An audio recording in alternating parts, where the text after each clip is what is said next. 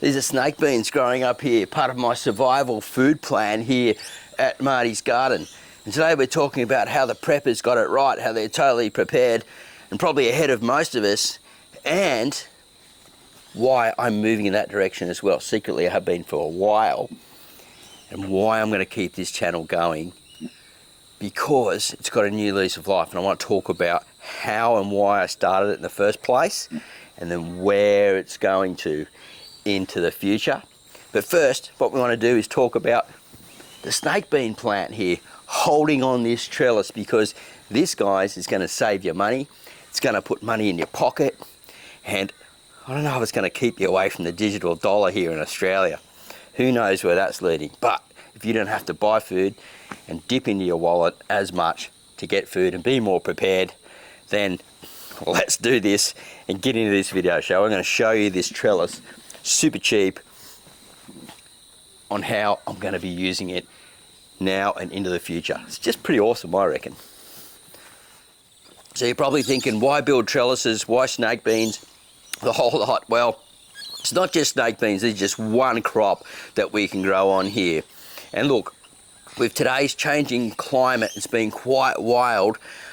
I need to think outside of the box, and I know many of us do, on how we're going to be gardening, farming and producing food in our backyard for survival systems. Because I'm talking about survival of the hip pocket, really. For me, Australia is a great place.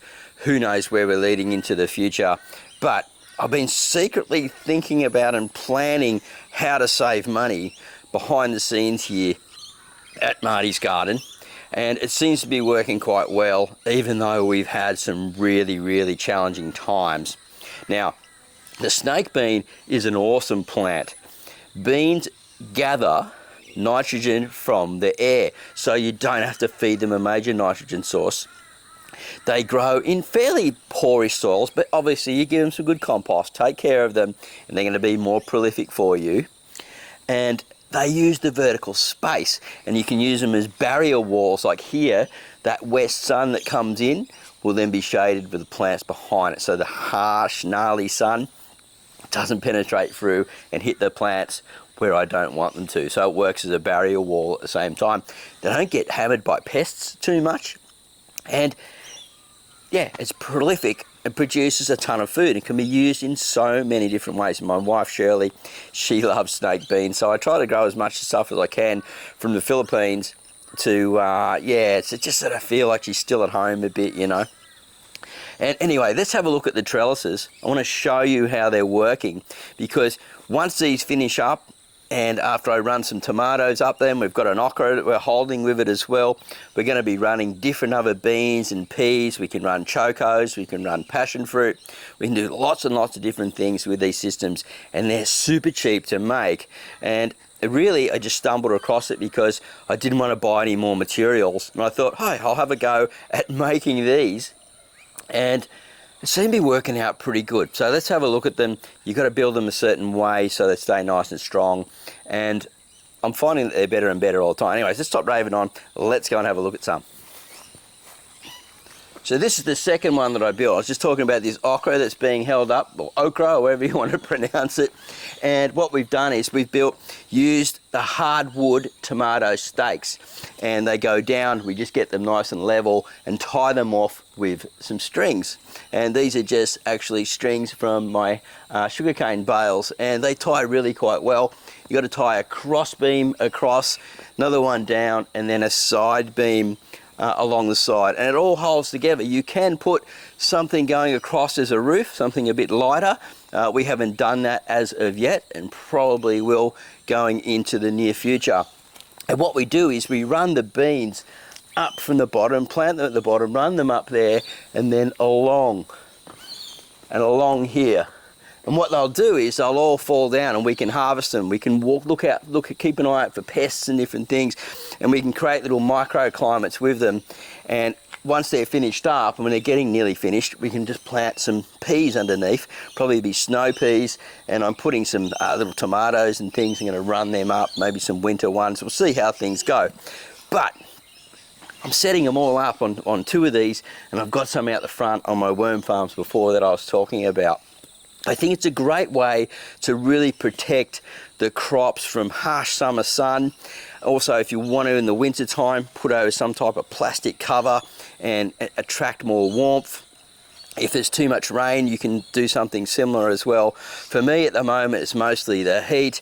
I'm putting over shade cloth over the top and shading the worm farms down below because I've got underground worm farms in my systems. And also, the plants are really suffering, many of them, but the tropicals, boom, they just love it. Like, we've got other stuff growing in our survival garden here, like moringa, papaya, we've got our different fruit trees, and we've got building a system up the side of the fence, which is a windrow, which is like a little food forest. You know, we've got guava, we've got a mango that didn't do real well, we've got some bananas and different things. So they're the perennials that you don't have to take care of so much. But your annuals, man, oh man, you need to have systems put into place because we just never know what's going to happen. Like the bomb got it wrong this time, which is the Australian weather forecasting system, and it was really strange watching it because it was probably one of the hardest ones to predict for the season. I like to predict my own weather forecasts, and this one's been nearly impossible because of all the storms and things. But anyway, that's it. I want to show you my survival bean system, the vertical trellis, and mozzies are getting at me. It's just been finished raining. Okay, I'm standing next to my avocado tree here, and it really brings me some joy, this plant. So one of the reasons why I'm standing next to it is because it does make me very happy.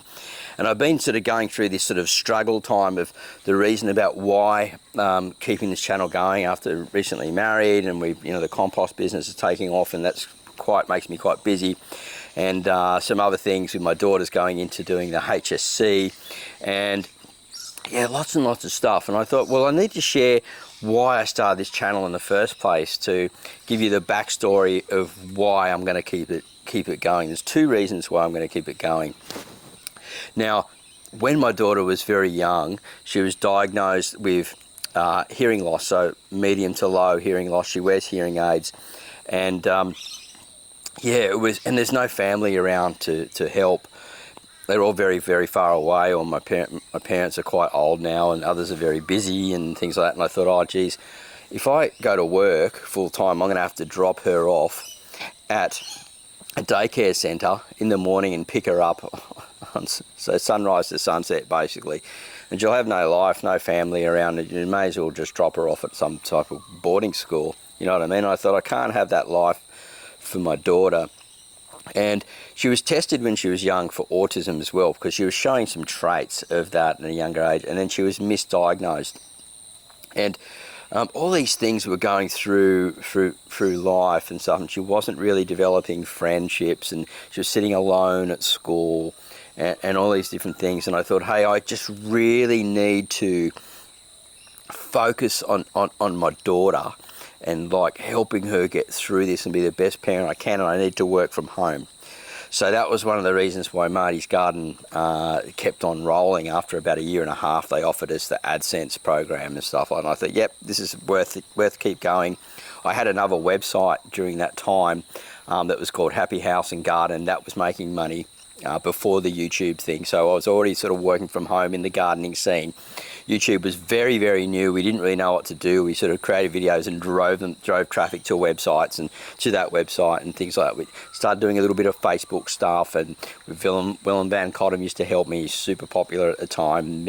One of the first person I knew to have 1 million followers on his Facebook page, and he used to help me drive traffic to some of my websites and things. And I was able to just scratch through basically and stay at home with my daughter.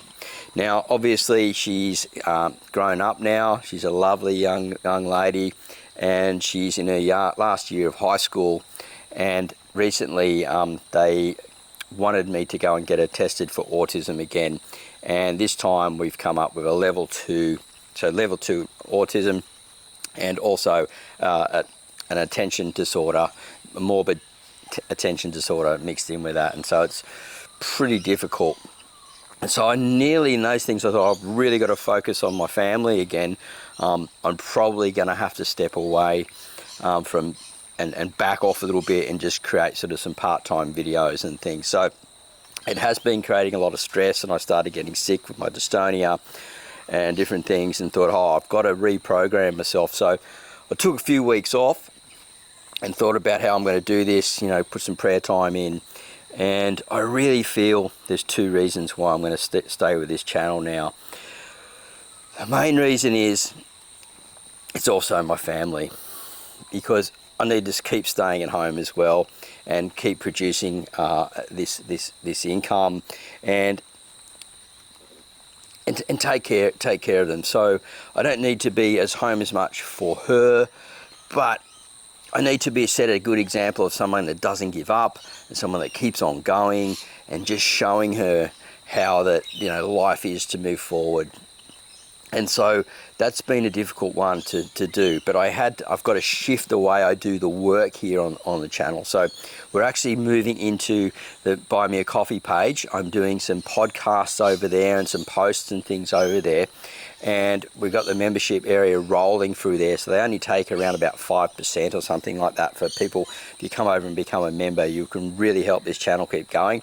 If that happens, yep, we're rolling it out for a month. So live shows on Saturday morning 8:30 Australia time for the next month of February, and we're going to see how they go. And also the podcasts in the Buy Me a Coffee page, so you can actually get the worm farming ebook in there as well, and you can become a member and support monthly, or just do a donation of Buy Me a Coffee. And because the traffic's dropped down to nearly half, and that was another reason why I'm like, well, there's probably time to pull out, because it's really hard, because it's so close to my heart. It's who I am, right? I'm Marty from Marty's Garden, and you know, so I don't want to get too caught up and tongue-tied here, because I don't want to get too emotional about the thing.